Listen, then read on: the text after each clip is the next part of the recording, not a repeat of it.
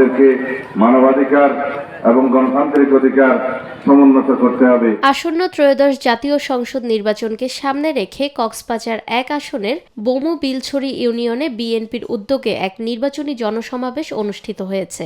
২৬শে জানুয়ারি সোমবার দুপুরে বমু বিলছড়ি শহীদ আব্দুল হামিদ উচ্চ বিদ্যালয় মাঠে আয়োজিত এই সমাবেশে অবাধ ভোটাধিকার পুনঃপ্রতিষ্ঠা ও ন্যায়ভিত্তিক রাষ্ট্র গঠনের আহ্বান জানানো হয়। গণতান্ত্রিক প্রতিষ্ঠানগুলোকে শক্তিশালী করতে হবে।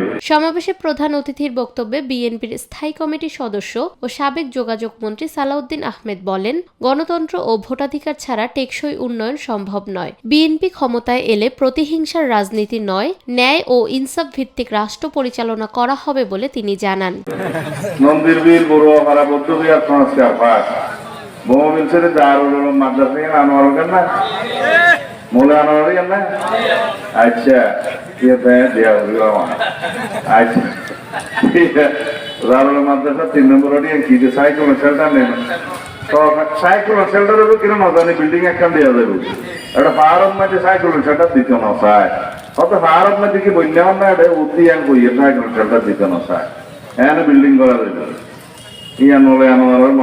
সমাবেশে আরও বক্তব্য রাখেন বলু বিলছড়ি ইউনিয়ন বিএনপির আহ্বায়ক গিয়াস উদ্দিন, সদস্য সচিব নুরুল আফসার, সাবেক চেয়ারম্যান আব্দুল মোতালেব সহ স্থানীয় নেতৃবৃন্দ। বক্তারা বলেন, জনগণের সাংবিধানিক অধিকার সুরক্ষায় সবাইকে ঐক্যবদ্ধ হতে হবে। শান্তিপূর্ণ পরিবেশে অনুষ্ঠিত এই জনসমাবেশে বিএনপি ও অঙ্গ সংগঠনের বিপুল সংখ্যক নেতাকর্মী ও সাধারণ মানুষ উপস্থিত ছিলেন।